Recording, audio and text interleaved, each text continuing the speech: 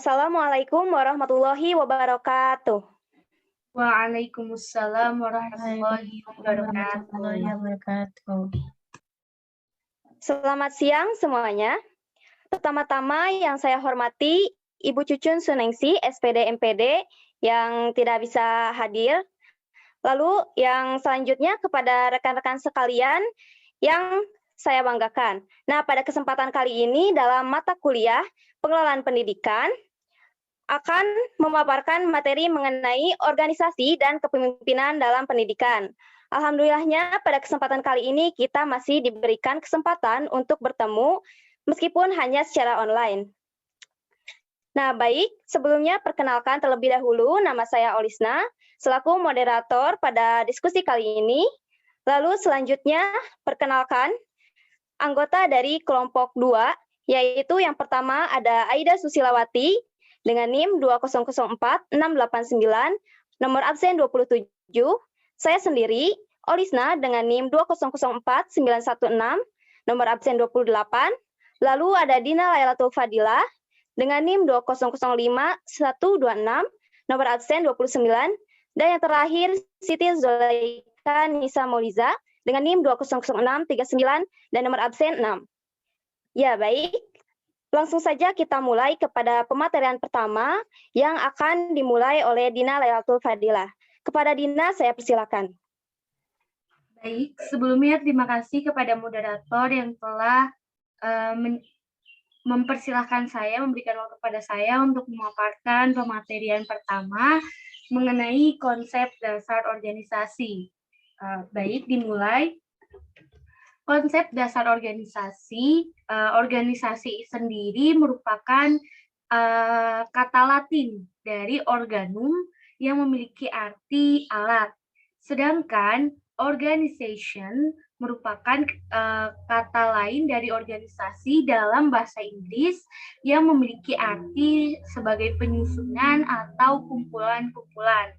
Jadi dapat kita simpulkan bahwasanya organisasi merupakan sebuah wadah atau ruang untuk saling berinteraksi, berkomunikasi, serta berkoordinasi yang dirancang secara terstruktur dan sistem pembagian kerja yang jelas guna mencapai tujuan bersama yang telah dirancang.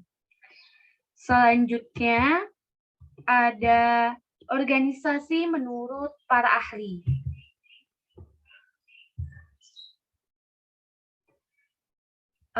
Organisasi menurut para ahli yang pertama ada menurut Stiers atau Stiers, Ungson, Moody, dan Barnard. Menurut mereka, organisasi dirumuskan sebagai suatu sistem yang terbentuk secara sadar untuk mengkoordinasikan aktivitas antara dua individu atau lebih. Nah, menurut mereka juga mengemukakan bahwasanya terdapat 3 komponen organisasi. Yang pertama yaitu jaringan komunikasi, yang kedua sistem koordinasi, dan yang ketiga ada individu yang ingin bekerja sama untuk mencapai tujuan organisasi. Yang kedua ada pendapat organisasi menurut Jonas. Jonas mengemukakan bahwasanya manusia memanfaatkan organisasi untuk mengatur kegiatannya guna mencapai tujuan atau cita-cita yang diinginkan. Jadi dapat kita simpulkan bahwasanya organisasi menurut Jonas yakni sebuah solusi sekaligus sarana untuk memenuhi kebutuhan manusia. Nah, sedangkan organisasi menurut Robbins, beliau mengemukakan bahwasanya organisasi merupakan sebuah entitas sosial yang terkoordinasi dengan hati-hati dengan batas-batas yang ditetapkan dengan baik yang bekerja untuk mencapai tujuan terus-menerus. Nah, organisasi menurut definisi Robin ini jika diperluas dapat mencakup unsur-unsur yang terorganisir secara sadar. Entitas sosial memiliki batas-batas yang dapat dikenali secara umum, memiliki keterikatan keanggotaan yang teratur dan memiliki tujuan. Selanjutnya ada organisasi menurut Gibson, Ivan Savage, dan Donnelly. Nah, mereka mengemukakan bahwasanya organisasi merupakan salah satu unit atau wadah dalam sebuah masyarakat yang dapat mempermudah pencapaian tujuan yang sekiranya akan sulit dicapai bila dilakukan secara individu. Selanjutnya ada organisasi menurut Prajudi Atmosudirjo. Nah, Prajudi Atmosudirjo ini beliau mendefinisikan bahwasanya organisasi sebagai sebuah perkumpulan antara individu yang memiliki struktur serta pembagian kerja yang jelas terarah untuk mencapai tujuan bersama. Nah, ada lagi yang keenam yakni organisasi menurut WJS Purwadarminta. Beliau menyatakan bahwasanya sebuah organisasi didefinisikan sebagai pengaturan secara sistematis yang memiliki norma-norma dari banyak bagian, orang, dan lain-lain. Yang ketujuh, menurut Kohler, beliau mengatakan bahwasanya organisasi merupakan sebuah sistem berjalannya interaksi yang terstruktur yang mengarahkan pekerjaan sekelompok individu untuk mencapai tujuan tertentu. Yang kedelapan ada organisasi menurut C. William Schultz. Beliau berpendapat bahwasanya organisasi digambarkan sebagai kumpulan dari sarana dan prasarana serta segala sesuatu yang berhubungan dengan perkumpulan yang disusun secara metodis dan efisien, agar dalam pelaksanaannya dapat mencapai tujuan yang telah ditetapkan. Yang kesembilan, ada organisasi menurut Syaiful Sagala. Syaiful Sagala ini beliau memaparkan bahwasannya organisasi merupakan sebuah forum komunikasi untuk saling berkoordinasi untuk mencapai tujuan bersama dengan beranggotakan minimal 2 orang. Baik, selanjutnya ada unsur dan tujuan daripada organisasi. Unsur-unsur organisasi yang pertama ada visi dan misi. Organisasi membutuhkan sebuah tujuan yang sangat jelas dan terarah yang tertuang dalam visi dan misi kelompok. Hal ini dapat mempermudah kita nantinya untuk membagikan pekerjaan agar nantinya dapat mengacu kepada tujuan yang telah ditetapkan sebelumnya. Yang kedua ada target dan tujuan. Sebuah perkumpulan yang terdiri dari minimal 2 orang atau lebih sama-sama memiliki satu pemikiran yang merujuk kepada tujuan bersama. Yang ketiga, adanya 2 orang atau lebih yang ingin bekerja sama merupakan sebuah perkumpulan yang memiliki struktur baik organisasi yang mau bekerja sama untuk dapat mencapai tujuan bersama. Yang keempat, adanya pembagian tugas, yakni selain organisasi memiliki 2 orang atau lebih yang mau bekerja sama, yakni adanya pembagian tugas agar dalam proses pengimplementasiannya tidak ada ketimpangan atau ketimpangan dalam bekerja, serta pembagian kerjanya yang terstruktur. Dan yang terakhir, adanya kemampuan untuk saling membantu dan bekerja sama untuk mencapai tujuan tertentu. Nah, di sini terdapat sebuah keinginan yang kuat untuk dapat mencapai tujuan agar saling berkolaborasi dan berkoordinasi. Selanjutnya ada tujuan dari organisasi.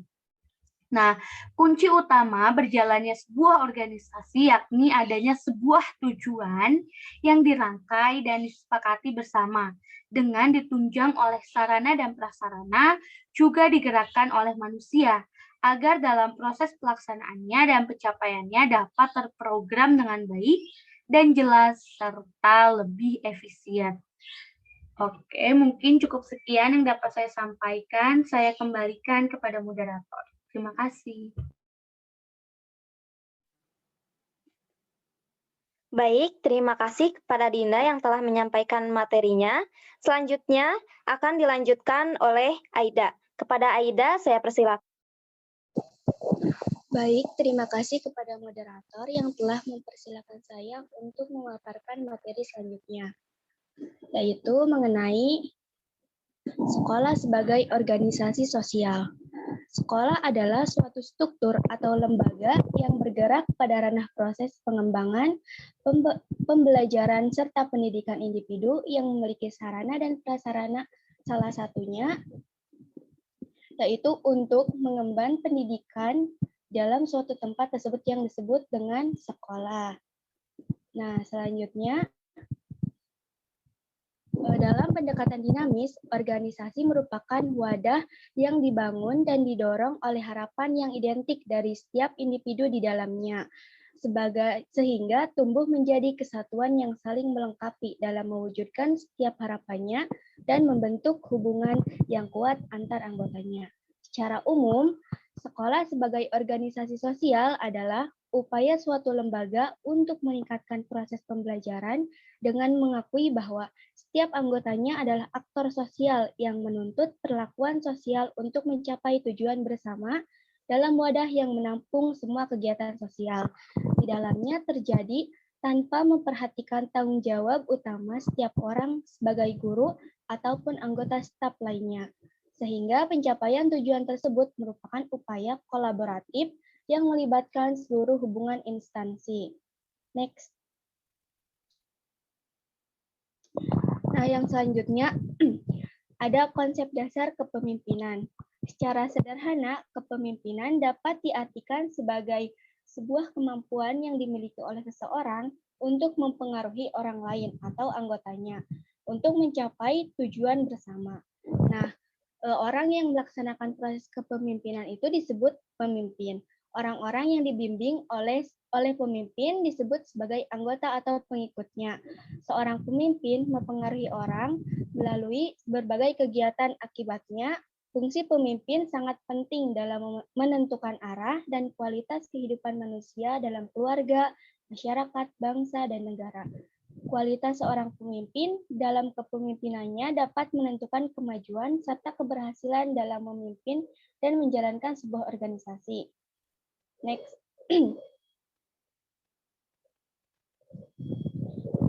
Selanjutnya ada unsur-unsur kepemimpinan.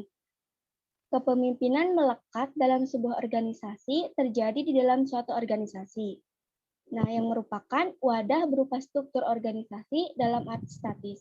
Akibat dari kegiatan penataan berupa pembagian struktur dan pekerjaan ataupun tugas yang sebanding atau serumpun menjadi satu unit kerja, maka terdapat unit-unit kerja di dalam struktur tersebut.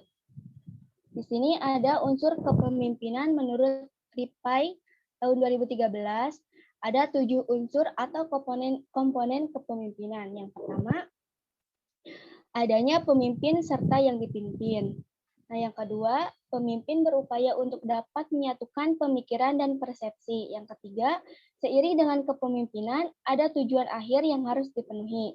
Yang keempat, pengikut memiliki kekuatan untuk secara resmi menunjuk atau memilih pemimpin. Yang kelima, kepemimpinan dapat ditunjukkan melalui berbagai situasi dan kondisi tertentu, baik lingkungan maupun anggotanya. Dan yang terakhir, kepemimpinan dalam konteks Islam yakni dengan membimbing dan mendekatkan diri kepada Sang Pencipta.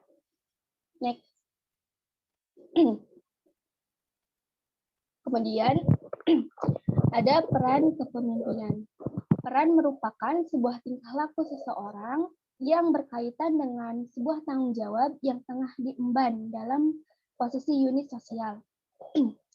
Peran juga dapat dianggap sebagai perangkat aturan yang mengatur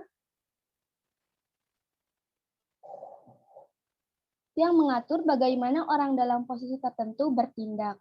Setiap posisi datang dengan harapan tentang bagaimana orang bertanggung jawab berperilaku dan para pemimpin dalam organisasi memiliki tanggung jawab untuk dimainkan. Di sini terdapat 4 peran kepemimpinan yang dinilai efektif menurut Nanus sebagaimana yang dikemukakan oleh Syafarudin dan Asrul tahun 2013, yakni yang pertama sebagai petunjuk arah. Peran pemimpin yang paling utama yakni mampu menunjukkan arah atau jalan dalam pelaksanaannya, serta pengimplementasiannya. Para pemimpin harus menciptakan visi dan membaginya dengan semua orang.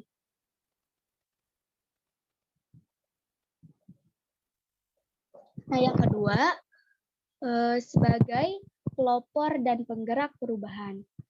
Peran pemimpin yang kedua yakni sebagai pelopor ataupun penggerak perubahan. Untuk menjadi agen perubahan yang efektif, sebagai seorang pemimpin sepatutnya bisa meramalkan suatu hal yang akan terjadi di kemudian hari, baik berupa kejadian eksternal maupun internal, maupun melalui implikasi implementasi dan memberdayakan orang untuk membuat perubahan.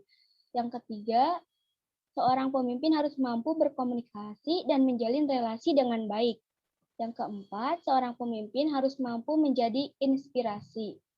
Nah, selanjutnya ada tugas pemimpin menurut Covey yang terdiri dari 3 bagian. Yang pertama ada fact-finding atau jalur pencarian yang berfungsi dalam menetapkan visi dan misi yang jelas. Yang kedua ada liner atau menyelaraskan. Tanggung jawab adalah untuk menjamin bahwa struktur organisasi, sistem, dan prosedur operasional guna mendukung tercapainya tujuan yang telah ditetapkan. Yang ketiga ada empowering atau pemberdayaan. Peran diartikan sebagai sebuah alat menjadi pelopor dalam menggugah semangat individu ataupun kelompok dalam mengekspresikan minat dan bakat, kecerdikan, dan kreativitas yang terpendam agar mampu melakukan apa saja yang tetap berpegang pada nilai-nilai yang disepakati. Selanjutnya ada faktor-faktor yang harus dipertimbangkan agar kepemimpinan efektif, yaitu yang pertama adanya penerimaan. Penerimaan orang lain atas kepemimpinan yang bersangkutan, bukan pengangkatannya sebagai kepala adalah faktor terpenting dalam menentukan suatu kepemimpinan. Nah, yang kedua, adanya kemampuan untuk berkembang. Yang ketiga, adanya kemampuan membaca situasi serta kondisi anggotanya. Yang keempat, memiliki tingkah laku yang baik. Dan yang kelima, memiliki pola pikir yang kreatif dan inovatif. Mungkin cukup sekian yang dapat saya sampaikan. Saya kembalikan lagi kepada moderator. Baik, terima kasih kepada Aida yang telah menyampaikan materinya. Materi selanjutnya akan saya sampaikan sendiri. Ya, saya akan menyampaikan materi mengenai kepemimpinan pendidikan di sekolah. Yang pertama mengenai pengertian kepemimpinan pendidikan. Kemampuan yang terjalin dalam proses penyelenggaraan pendidikan yang mampu mencapai tujuan yang telah ditetapkan dengan sukses dan efisien disebut sebagai kepemimpinan pendidikan. Itu menurut Makawimbang tahun 2012. Kepemimpinan pendidikan menurut Sutopo dan Sumanto tahun 1982 didefinisikan sebagai sebuah kemampuan dalam memotivasi individu atau kelompok agar secara sukarela mau dan mampu mencapai tujuan. Lalu prinsipnya adalah pemimpin pendidikan. Selain tanggung jawabnya sebagai pengawas, kepala sekolah bertanggung jawab untuk mengelola pengajaran, sarana dan prasarana, administrasi, serta menjalin hubungan yang baik dengan masyarakat. Pendidikan dan pengajaran adalah 2 hal yang berbeda. Ya, baik, slide selanjutnya. Baik, selanjutnya yaitu kepemimpinan dalam lingkup pendidikan yang dilakukan oleh kepala sekolah atau pimpinan lembaga pendidikan lainnya. Menurut Syafarudin tahun 2010 melibatkan unsur-unsur seperti yang pertama yaitu metode membujuk instruktur, staf, siswa, dan pemangku kepentingan lainnya, seperti komite sekolah dan juga orang tua. Lalu yang kedua, Persuasi memiliki suatu tujuan dalam mempengaruhi individu atau kelompok dalam mengambil suatu tindakan yang diinginkan. Lalu yang ketiga yaitu mengelola kegiatan pembelajaran dalam organisasi sekolah. Lalu slide selanjutnya, yang keempat, yaitu pejabat pendidikan atau yayasan pendidikan secara resmi mengangkat kepala sekolah.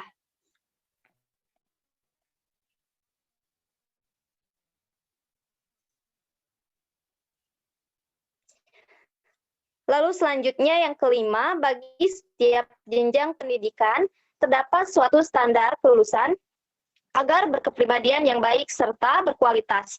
Hal ini merupakan salah satu tujuan yang ingin dicapai dalam pendidikan, kebanyakan hanya terfokus pada hubungan antara individu daripada manajemen SDM. Nah, kepekaan dalam dunia pendidikan tidak lain dan tidak bukan sama saja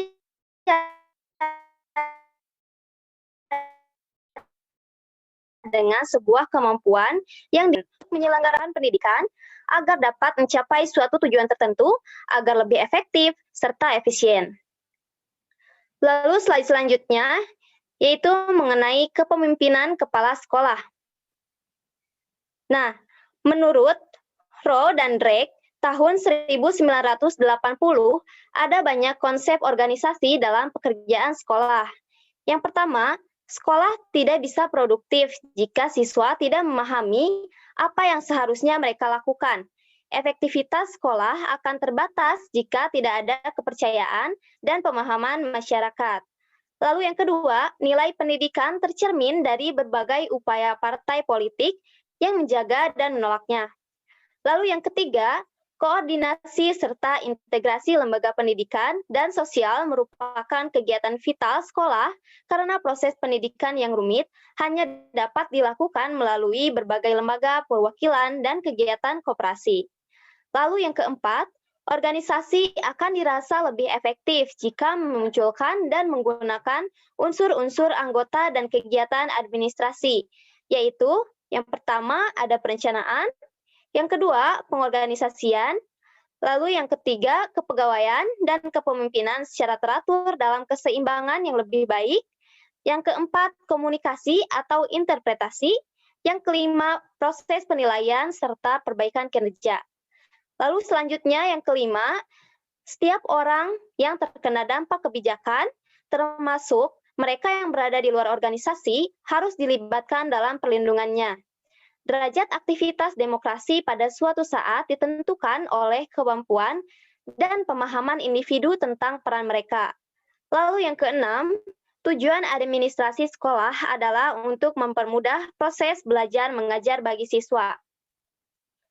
Profesional administrasi harus memimpin dalam meningkatkan kualitas pembelajaran dan harus memperhatikan anggota dan staf yang membutuhkan lebih banyak waktu, bahan yang lebih baik, dan keadaan kerja yang lebih baik untuk melaksanakan pekerjaan mereka.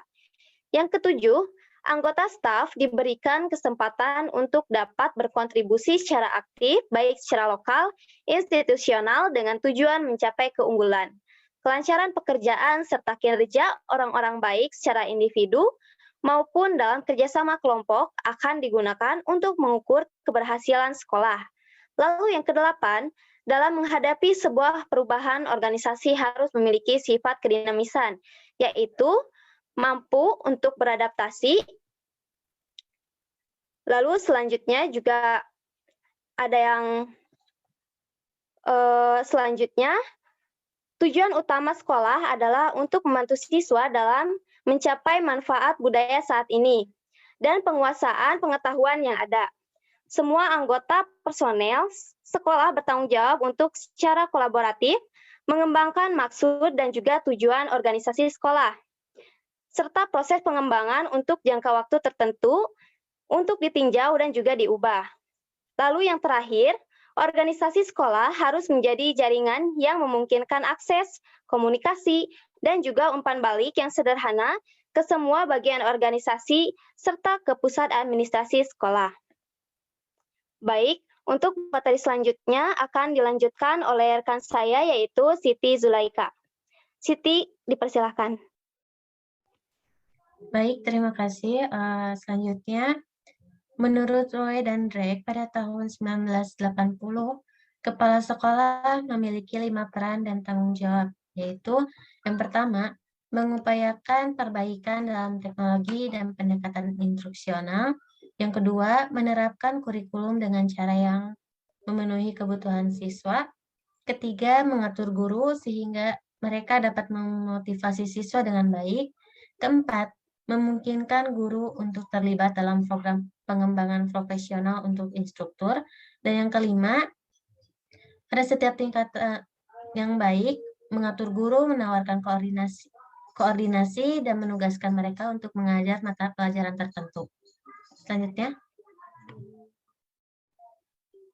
pembahasan selanjutnya terkait kepala sekolah yang efektif. Menurut Hersey dan Blanchard pada tahun 1988, kepemimpinan yang efektif adalah kepemimpinan yang memiliki kemampuan untuk mempengaruhi produktivitas dan pengembangan organisasi dalam jangka panjang. Menurut Locke, pada tahun 1997, pemimpin yang efektif memiliki ciri-ciri sebagai berikut. Pertama, memiliki sikap serta tingkah laku penuh inisiatif, antusiasme, dan ambisi. Kedua, mereka rajin dan agresif guna mencapai tujuan bersama. Ketiga, mereka memiliki dorongan untuk memimpin. Mereka tidak mencari otoritas untuk mendominasi orang lain, melainkan untuk mencapai tujuan tertinggi. Yang keempat, memiliki kejujuran serta integritas yang tinggi. Dan yang terakhir, mampu mengambil keputusan dalam setiap langkah serta memberikan solusi terkait permasalahan dalam proses pelaksanaan pembelajaran. Selanjutnya, sedangkan menurut Everton pada tahun 2002, setiap pemimpin memiliki atribut yang berbeda, yaitu pertama, memiliki kecerdasan. Pemimpin biasanya memiliki IQ yang lebih tinggi daripada pengikutnya. Ini tidak mengacu pada kinerja intelektual saja. Yang kedua, memiliki kedewasaan sosial. Pemimpin secara emosional, matang, dan memiliki tingkat minat sosial yang tinggi. Yang ketiga, motivasi berorientasi pada tujuan. Pemimpin bertujuan untuk melakukan sesuatu, dan begitu mereka melakukannya, mereka beralih ke yang berikutnya. Motivasi mereka biasanya tidak tergantung pada faktor eksternal. Dan yang terakhir, memiliki kemampuan berkomunikasi serta menjalin relasi yang baik. Sedangkan menurut Dirawat dan kawan-kawan pada tahun 1983, setiap kepala sekolah harus memiliki kemampuan sebagai berikut. Yang pertama, berkemampuan untuk mengkoordinasikan para anggotanya untuk dapat mengembangkan perubahan pengajaran berbasis sekolah. Yang kedua, berkemampuan untuk memotivasi rasa percaya diri serta pada guru maupun personel sekolah lainnya. Ketiga, berkemampuan untuk berkolaborasi dalam pengembangan dan pelaksanaan program pengawasan. Dan yang terakhir, kapasitas untuk memotivasi dan membimbing guru serta personel sekolah lainnya, sehingga mereka secara antusias dan bertanggung jawab terlibat dalam setiap upaya sekolah untuk mencapai hasil yang terbaik. Next. Sekian, saya kembalikan ke moderator. Baik, terima kasih kepada Siti Zulaika yang telah menyampaikan materi terakhir. Mungkin untuk pematerian dicukupkan sekian dari kelompok 2. Mohon maaf apabila terdapat kesalahan. Wabillahi taufiq wal hidayah. Wassalamualaikum warahmatullahi wabarakatuh. Waalaikumsalam Waalaikumsalam warahmatullahi wabarakatuh.